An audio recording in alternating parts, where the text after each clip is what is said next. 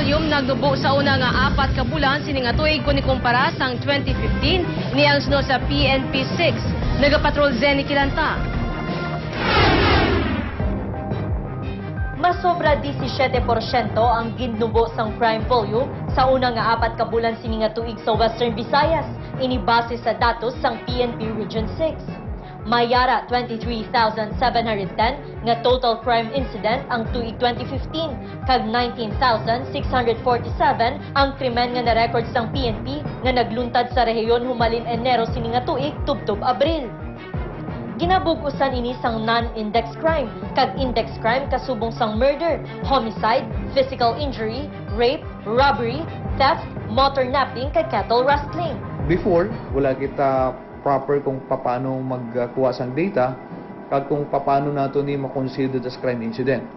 Now, the Philippine National Police considered data that we have gathered as a tool in addressing all the problems that are transpiring in every places. Suno kay Police Superintendent Gilbert Guerrero sang PRO6, nagnubo ang crime incident sa probinsya sang Aklan, Antique, Capiz, Guimaras kag Iloilo bangod sa mga programa sang PNP kasubong sang Oplan Lambat Sibat, one-time big-time operation kag ang pagpatrolya sang kapulisan. We cannot immediately eliminate the commission of the crime. We do understand that crime is committed because there is always a reason. There are breeding ground of criminality that we need to address.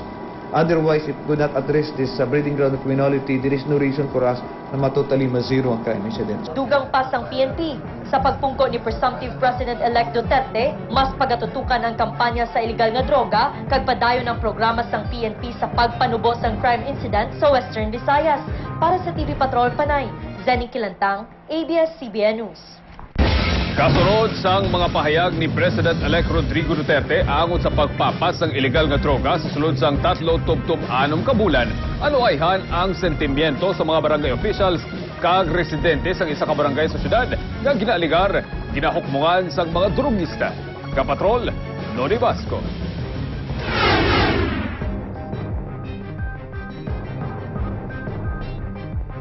Pasulod pa lang sa Barangay Tan sa Esperanza City proper, bantay sarado na ang mga barangay tanod sa kutob sino nga nagagwa sulod sa barangay. Ang sino man nga pangayaw, ginausisa gid kun ano ang tuyo sa pagsulod sa barangay.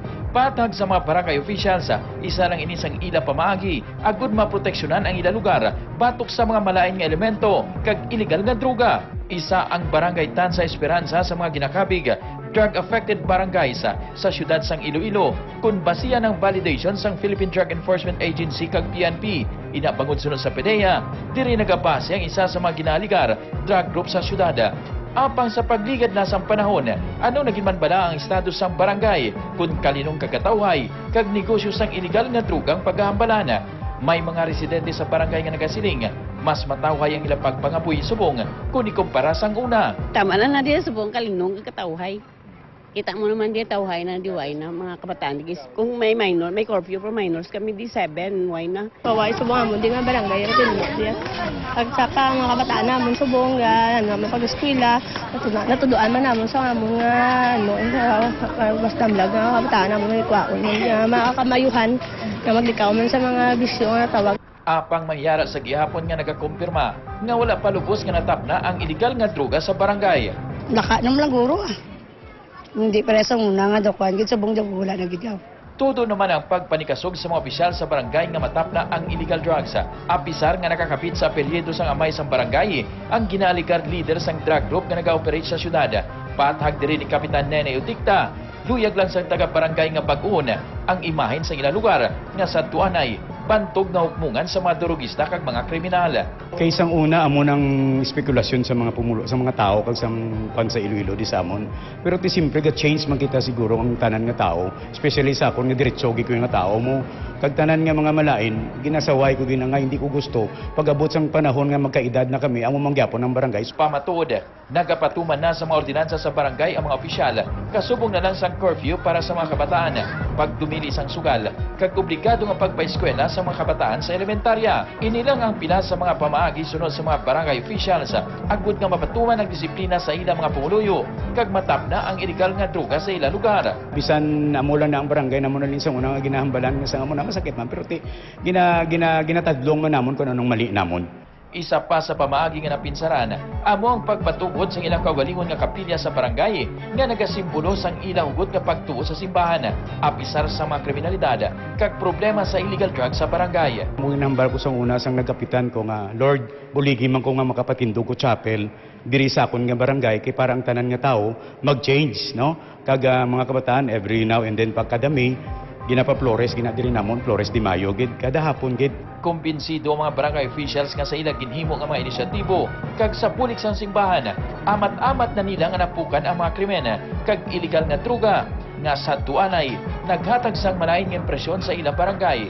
Nagpayag man sang ilang suporta ang mga barangay officials sa all-out war kontra druga ni President-elect Rodrigo Duterte. Naintindihan ko, kag nabatyagan ko kung paano siya maging stricto. So amo na nga gin-idolize ko, ginasasangdig ko sa Davao. Nakita naman sa Pereya mga maayo nga programa kag inisyatibo sang barangay kag sunod sa ahensya dako ang nabulik sini sa ilang kampanya kontra illegal nga druga sa syudad. That's a very welcome development, no? Imagine Barangay Tanza Esperanza, once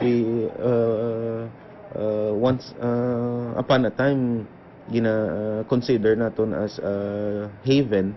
Ginakilala man sa Pereya ang maayo nga liderato ni Kapitan Udikta. Apang sunod sa ahensya, hindi inibasihan, agud ideklara na nga drug-free ang barangay.